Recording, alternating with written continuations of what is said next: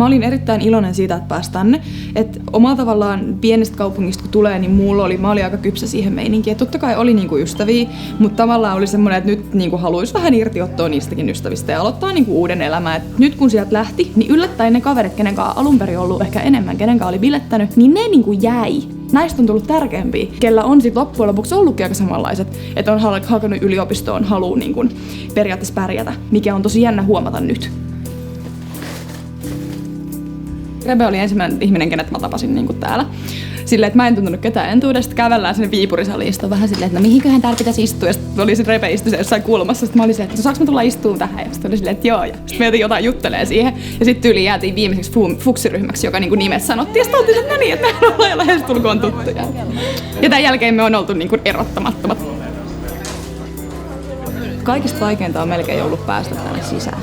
Siis sen jälkeenhän tää on ollut niinku silleen, että okei, täällä pärjää. Niinku, totta kai jos sä haluat saada yli 4 keskiarvon, niin sit se on vaikeeta. Mut niinku periaatteessa se, että muuten, niin silleen totta kai jos on tottunut siihen, että opiskellaan, niin opiskelee ja sit pärjää ihan hyvin.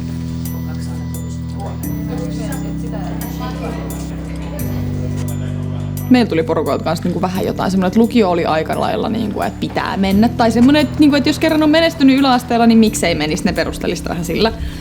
Ärsytti, kun ne sanoi, että mikä voisi olla hyvä silleen, että mä lähden johonkin parturikampaajaksi. Mä olisi kiinnostanut joku tämmönen niinku taideala, siis joku tanssiminen tai näytteleminen tai joku tämmönen. Totta kai saatat saada siitä duunin, mutta et sä tuu siitä niinku välttämättä pärjään. Ja toisin saattanut todeta, että okei, tää on kiva juttu, mutta en mä tästä niinku, että mä mieluummin jätän sen harrastukseksi ja otan jonkun niinku NS-oikeen ammatin sit niinku sen sijaan. Mut sit toisaalta on todennut, että oikeasti, että se mitä ne on sanonut, niin on loppujen lopuksi ollut aika niinku järkevää. Toisaalta musta tuntuu, että paljon ekan vuoden kurssit oli silleen, että sä osasit sen, koska sä olit lukenut pääsykokeisiin. Niin kuin siis semmoset. Totta kai kaikki muut opetettiin aika tarkasti sit, niin kuin, että vähän, että miten toimit. Kampusalue on meillä nyt selkeästi meidän oma pieni maailmamme. Niin siinä on mun mielestä hyviäkin puolia. Tai just se, että okei, pahahan se on sanoa, että millaista se olisi olla, että jos yliopisto olisi keskustassa. Mutta jotenkin vähän semmoinen olo, että se, että kun me ollaan täällä Niemenkärjessä, niin se niinku entisestään tiivistää sitä porukkaa, mikä tekee siitä semmoisen niinku just oman maailmansa. Totta kai muissakin yliopistoissa varmasti on hyvä henki, mutta kyllä se silti tuntuu niinku siltä, että täällä on aika ultimaattinen henki niinku olemassa. Mä heittää läppää, että mä ahdistelen proffia sen takia, koska mä pistän ihan siis jokaisesta asiasta. Totta kai riippuu siis niinku proffastakin, että jotain proffia on oikeasti helppo mennä luennon jälkeen silleen, että hei, et hetkinen, että mikä tää juttu nyt, tai niinku, että saaks jotain niinku apuneuvoi. Mut sit kyllä mä oon niinku semmoinen kylmä sähköpostilla kaikki laitteet, jos on jotain. Että totta kai täältä saa oikeasti kyllä se tukea aina tarvittaessa. On niinku, just niinku sanottu, niin ei mikään kurssi ollut ylitse pääsemätön.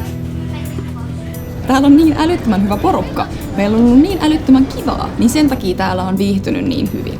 Et sanotaanko, että mä en tiedä sit, kun työelämään päästä ja oikeasti joutuisi vääntää jotain kirjanpitoa ilman niinku tätä porukkaa tai jotain, niin sit voi olla, että sit niinku täytyy miettiä uudestaan, että mitä tekee. Mut porukka tekee niin paljon. Nyt on tullut semmonen aika kova ylpeys. Vitsi, että mä oon täällä. Toisaalta siisti olla silleen, että hei vitsi, että joo, täällähän mä oon ja kaikkea tällaista niinku. Lukiossa oli helppoa silleen, että sulla oli määrä kursseja, sun piti suorittaa ne periaatteessa mahdollisimman hyvällä arvosanalla, jonka jälkeen sä voit niinku pyrkiä johonkin. Nyt sulla on ne kurssit, sun pitäisi periaatteessa suorittaa ne totta kai mielellään mahdollisimman hyvällä arvosanalla, mutta sun pitäisi myös oppia niistä, että sä oppisit, mitä sä haluat tehdä elämässä.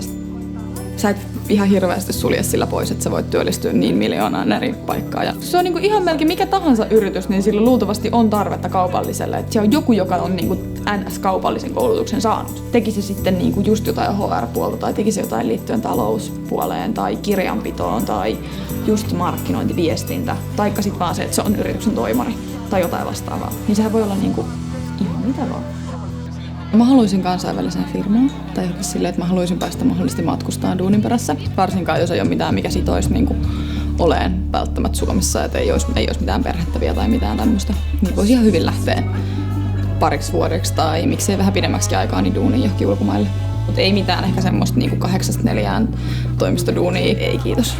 Sen takia ei ole ikin pitänyt poissuljettuna sitä, että jos tulee joku hyvä yritysjuttu esimerkiksi mieleen, että pistäisi jonkun oman firman pystyyn tai jotain semmoista, että oikeasti voisi tehdä silleen, että tykkäisit siitä niin paljon, että voisit tehdä sitä vaan, totta kai on kiva olla muutakin elämää varmaan kuin työ, mutta siis että olisi semmoinen oikeasti, että mistä tykkäisit, että se olisi jonkun sortin intohimo ja saisit sillä täyttää elämääsi.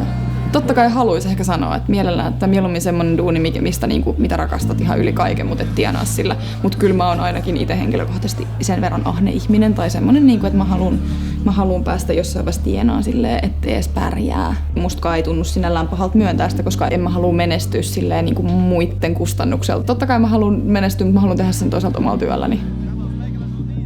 Mun täytyy itse tehdä niinku töitä sen eteen, mitä mä haluun, ja kukaan ei ole sanomassa mulle, että mitä mun pitää tehdä sen eteen, että mä saavutan sen, vaan se täytyy niinku itse alkaa hoksaa.